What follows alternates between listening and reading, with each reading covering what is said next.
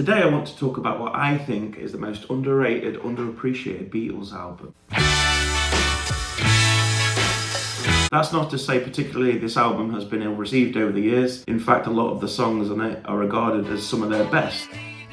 So why is this one overlooked compared to Sgt Pepper, Abbey Road, The White Album, Rubber Soul, Revolver? Classed as an EP or an album, it's 11 songs, so I think that's enough to qualify as an album. Released the same year as Sgt Pepper's Lonely Hearts Club Band, 1967. Certainly got two of their greatest songs on, Strawberry Fields Forever and Penny Lane. The quintessential Lennon and McCartney double A side, Lennon writing Strawberry Fields Forever and McCartney writing Penny Lane. Let me take you down, 'cause I'm going. Penny Lane is in my ears and in my eyes. These two songs were originally meant to be on Sgt Pepper, but left off of the album because the Beatles and George Martin thought it'd be better to release them as their own singles and have the rest of the tracks fresh. So I thought I'd just mention I've got a new song called Joanna. It's one I've written and now it's on Spotify.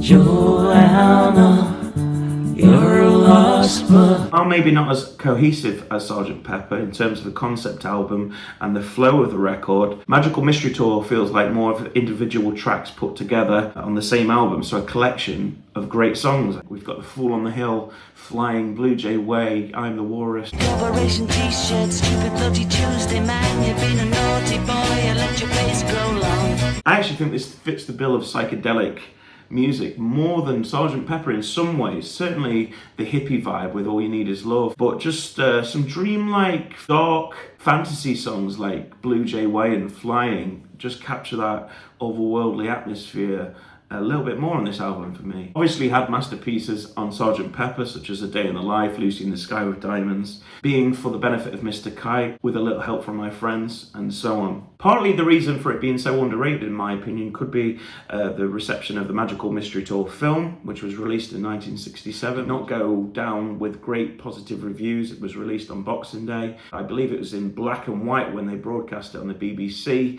and obviously it's meant to be seen in colour. I actually think the film holds up probably a lot better now than it did. To me, it's a precursor to Monty Python, precursor to John Carpenter movies and independent filmmakers you would get in the 70s and onwards. And whether it was great or not is kind of besides the point. However, I think it's a time capsule of the 60s. Magical Mystery Tour has some great performance videos such as I'm the Walrus, Your Mother Should Know, which are now within their own right music videos on YouTube, which you can hold separate from the film or they work within the film. let's all get up and dance to a song that was a hit. It's fair to say Paul McCartney was on a roll at this point, certainly took on the leader position through Sgt Pepper and Magical Mystery Tour and beyond really to the end of their career. And that's not to say Lennon isn't contributing some of his best work, but it just seems McCartney's full of ideas and concepts at this point. Sgt Pepper, Magical Mystery Tour, then on to Let It Be and Abbey Road. He seems to have the most enthusiasm of the band. And also,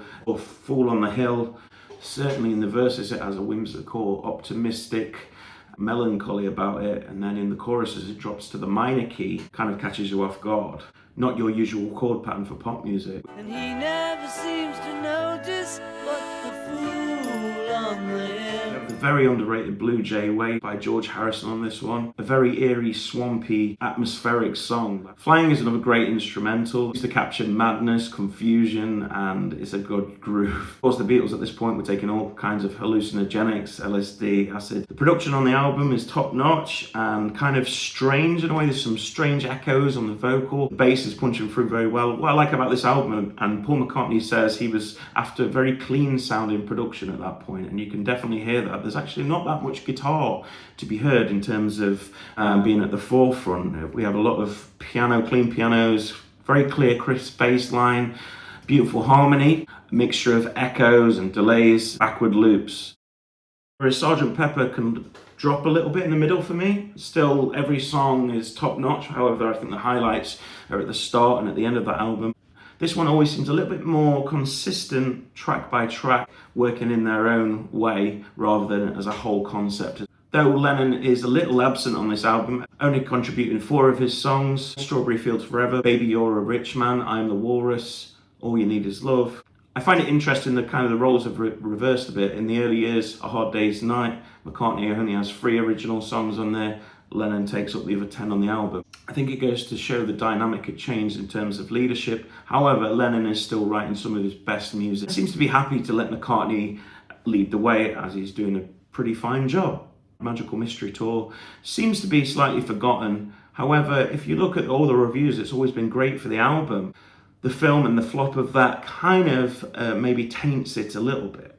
However, you go through track by track, it's nearly like a greatest hits album. Magical Mystery Tour, Strawberry Fields, Penny Lane, The Fool on the Hill, All You Need Is Love. Certainly some of my favourites. So this is literally the point in the Beatles' career where they had complete creative control over what they were doing in the studio, and which you would see to the end of their career with Abbey Road and Let It Be. This is also the end of the flower power period I call for the Beatles, Sgt Pepper and Magical Mystery Tour. Then moving on into harder rock territory with the White Album and Let It Be. Certainly blues rock with Let It Be, and going back to acoustic ballads and a more earthy tone.